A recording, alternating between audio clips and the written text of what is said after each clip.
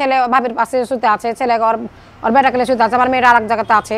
আবার ধরেন যে বিদেশ যাওয়ার দিনেও ধরেন যে দেখছি তো আর মেয়ে ধরেন যে ছেলে ধরেন যে এক জায়গাতে ধরেন যে আছে, ওর ঘরেই আছে, মেয়ের ঘরে আছে, আমার বের সাথে কোনো যোগাযোগ নাই, কোনো কথাবার্তা নাই। কোনোদিন আমাদের খারাপ কিছুও দেখেনি, কি আমাদের সাথে কথা বলতো যে কোনো কিছু খারাপ শুনেছে এরকম কোনো কিছু আমাদের দেখেনি। কিন্তু ওই সন্দেহ করে এই কথাটা কিসের জন্য বলেছে আমি বলতে পারবো না। হয়তো ওর সাথে এমনি এমনি কথাবার্তা এটা সেটা মিল তিল এটাই দেখতে হয়তো সহ্য হয় নাই, এটাই। তারপর আমি যে সরাসরি যে দেখুন ভাবির ঘরে গোসল করা, ভাবির ঘরে কাপড় পাল্টা, ভাবির ঘরে দিলেন যে ভাবির হাতে মোবাইল দিলে যে মোবাইলটাকে দিয়ে ফেস মোবাইলটা ফের পানিতে ডুবিয়ে দিয়ে আমার বেটিকে মোবাইলটা দিলে। ছেলের সাথে ওর ভাবির অবৈধ সম্পর্ক আছে।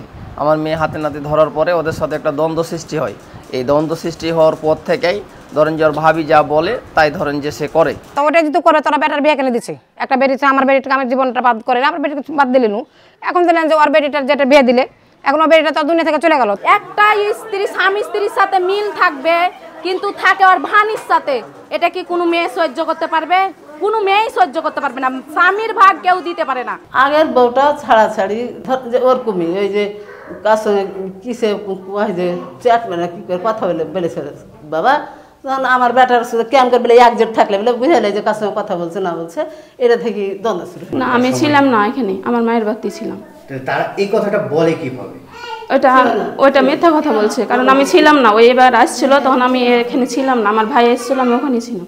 ওর মা দিলেন যে ওর মা জানে কিছু কিছু, ওর মা জানে, ওর মা কিন্তু ওর মারা ঢাকা চাপা দিয়ে ওর মা থাই, ওর মা জানে, কিন্তু ছেলের বাপও জানে না, ছেলের ভানিও জানে না। মিথ্যা কথা কেন মরতেই একদিন আল্লাহর কাছে যেতে হবে, কিন্তু ওর ভানি হচ্ছে 1 নম্বরের।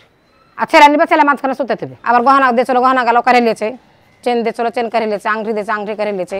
ও মানে মেয়েটার সাথে যখন বিয়ে দিনু তখন দিলেন যে আমার বাড়িতে মেয়েটা আসা বিয়ে হওয়ার 25 দিন পরে যে আমার বিদেশ চলে গেলো। তো বিয়ে হওয়ার 8 দিন কাদিন আমার বাড়িতে মেয়ে আছে, কোনো খোঁজ খবর নাই, আমার আর বেটির কোনো খোঁজ খবর নাই। একদিন যদি ডাকা ঢুকে যেত আলো দিলেন যে ওর ভাতিজাকে সাথে করে এলো ছেলেটাকে, আমার জীবনটা বাদ করে আমার বেটিকে বাদ দিলেন।